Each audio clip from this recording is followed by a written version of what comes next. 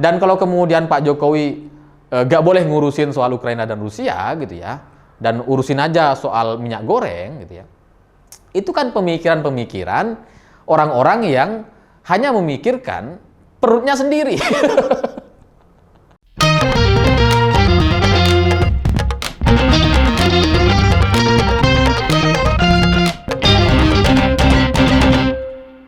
Selamat malam semuanya. Hari ini konsepnya agak berbeda karena nanti kalian juga ngerti.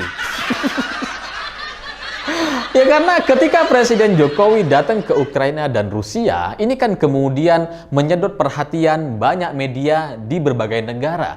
Lalu kemudian kita mungkin jadi tertarik untuk mencari tahu gitu.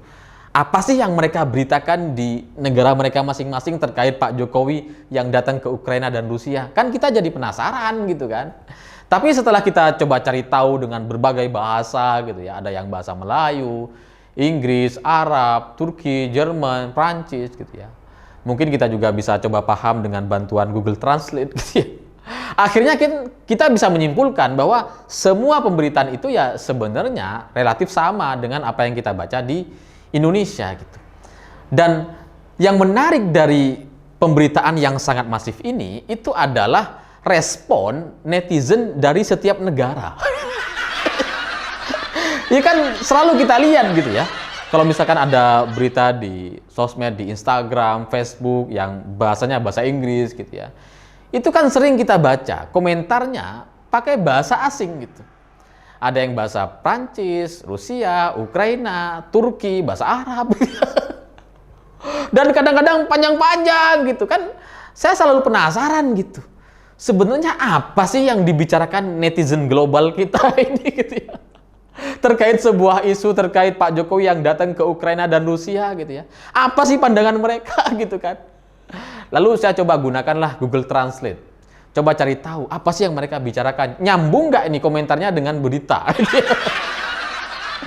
Dan setelah saya coba memahami beberapa sudut pandang atau pemikiran yang pada akhirnya saya menyimpulkan bahwa perang ini bukan cuma soal Rusia dan Ukraina gitu ya. Ini soal banyak negara yang terlibat di dalamnya gitu.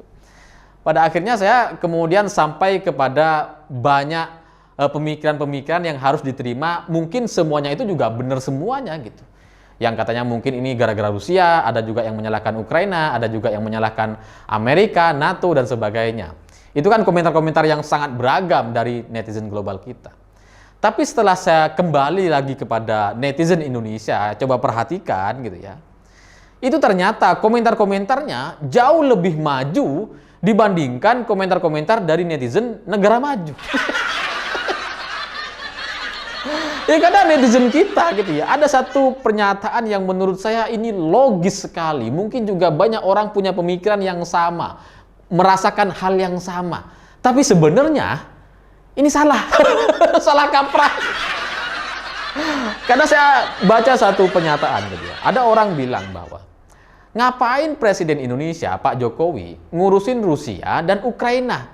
Mereka kan sedang perang, ngapain diurusin? Gak mungkin bisa damai gitu ya. Daripada ngurusin Rusia dan Ukraina, coba aja deh ngurusin minyak goreng gitu.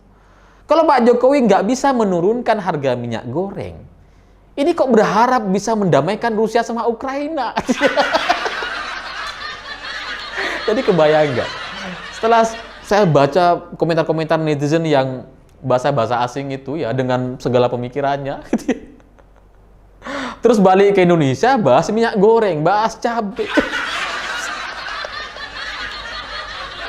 Kebayang nggak? Kepikiran kan? Ini kita nih terlalu maju kayaknya. Netizen kita itu jauh lebih maju, jauh lebih realistis gitu. Meskipun salah. Ya karena begini. Karena Pak Jokowi ini kan presiden Indonesia. Dan sebagai presiden Indonesia, itu kerjaannya, tugas kewajibannya banyak gitu. Salah satunya ya perdamaian dunia. Salah satunya ya mendamaikan kalau misalkan terjadi perang terkait dua negara gitu ya. Emang tugasnya gitu. Bahwa ada persoalan minyak goreng, harga bahan pokok naik, iya. Tapi semua negara kan juga mengalami itu gitu. Jadi ibaratnya tuh kayak gini gitu ya. Ibarat kita punya temen gitu ya, yang sholat, kemudian ya beribadah, taat gitu. Tapi juga melakukan dosa. Minum bir, open BO, judi gitu ya. Kan dosa semua itu gitu. Ya, tapi kita nggak bisa bilang bahwa percuma kamu sholat, mending kamu nggak usah ibadah sekalian kalau kamu masih melakukan dosa-dosa itu. Ya nggak bisa lah gitu. Kalau mereka nggak ibadah, akhirnya kan dua dosanya. Dosa judi, dosa nggak sholat gitu kan.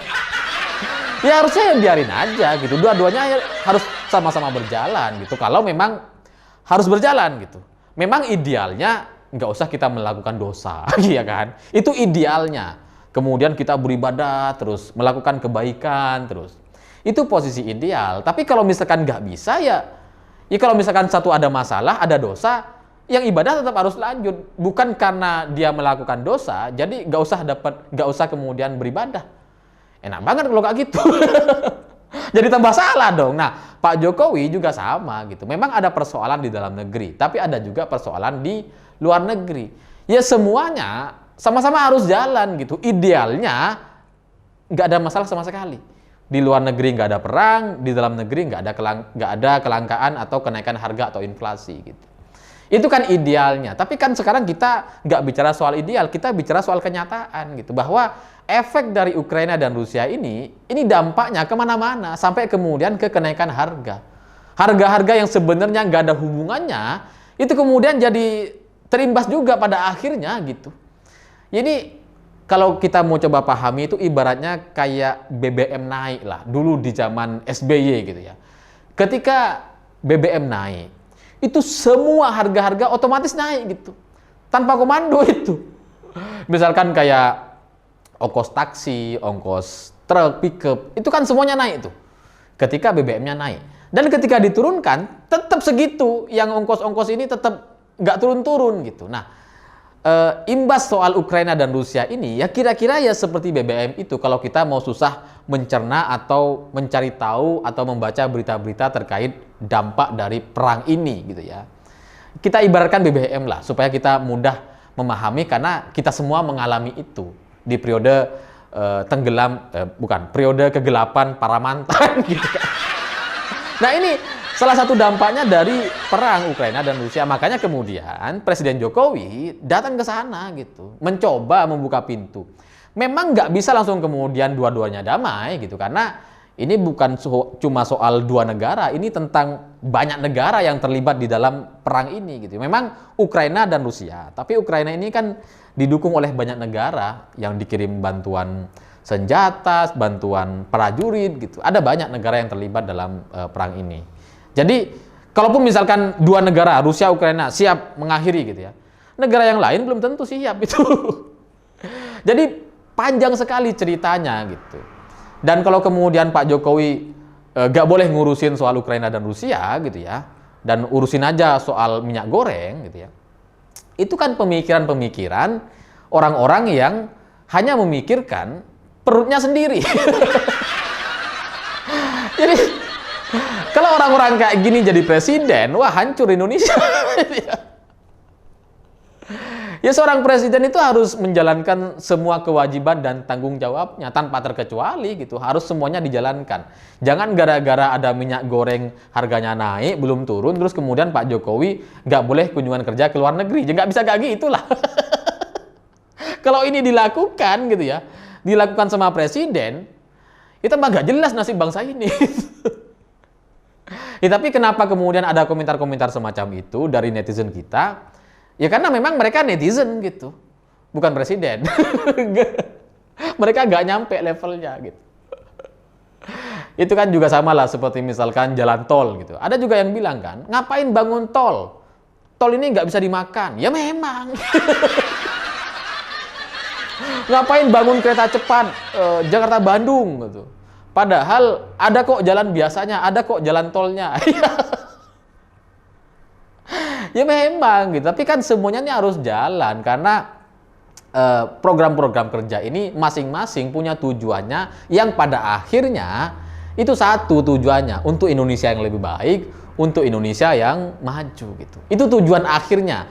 Bahwa di bawah ini ada banyak rangkaian cerita, pekerjaan, aktivitas, iya itu semuanya harus dilakukan gitu.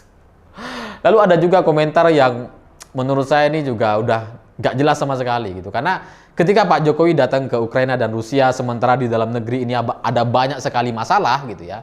Ini kemudian muncul pembelaan dari kelompok-kelompok yang suka membuat donasi terkait Palestina. Terus mereka bilang begini, ya sekarang kan kalian bisa lihat katanya, Pak Jokowi ngurusin dalam negeri aja banyak yang nggak beres, banyak yang bermasalah, misalkan minyak goreng, harga bawang, cabai gitu ya. Tapi masih ngurusin soal Ukraina dan Rusia. Itu sama seperti kita katanya. Kita yang ngurusin donasi terhadap Palestina, sementara tetangga-tetangga kita itu nggak kita kasih donasi. Ini juga pemikiran-pemikiran yang benar menurut mereka sendiri, tapi sebenarnya salah gitu. Karena begini, kalau donasi ini gitu ya, kalau soal zakat, sedekah gitu ya, memang dalam ajaran agama Islam itu diatur bahwa yang harus didahulukan adalah keluarga kalian dan tetangga sekitar kalian. Sebelum kalian bersedekah ke tempat-tempat yang lain, ke tempat-tempat yang jauh seperti Palestina dan sebagainya gitu ya. Itu memang diatur dalam ajaran agama Islam. Nah, kalau secara undang-undang negara, aturan negara, ini juga salah gitu. Kenapa? Ya karena kalau misalkan di suatu negara ada masalah, maka yang bisa membantu itu kapasitasnya sesama negara gitu. Misalkan Palestina ada masalah, ya kita bantu atas nama Indonesia. Bukan masyarakat Indonesia, tapi atas nama pemerintah. Itulah fungsinya negara gitu.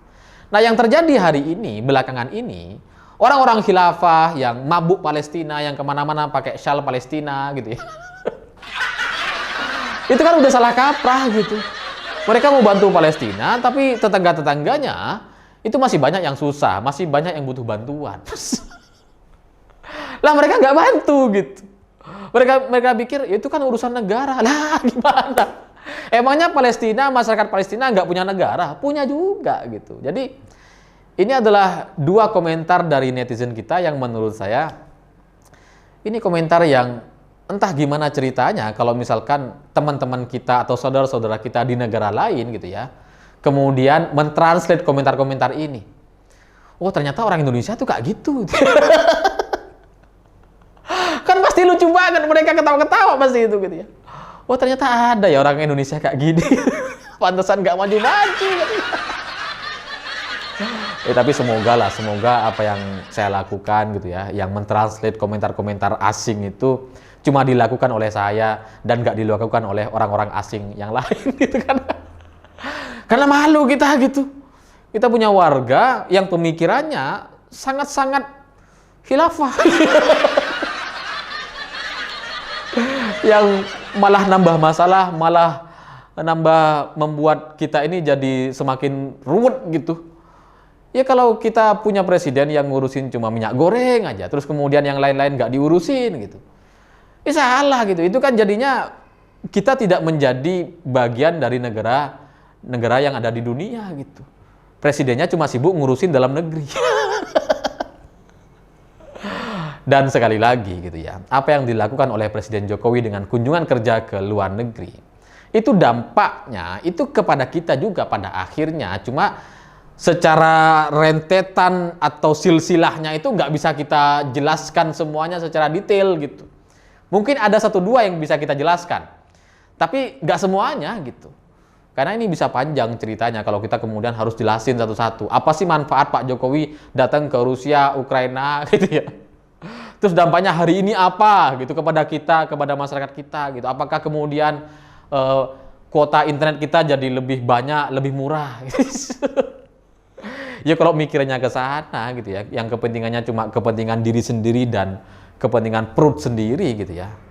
Ya ngapain kita jadi negara Indonesia, ngapain kita punya presiden Indonesia kalau gitu. Cukup Pak RT aja lah.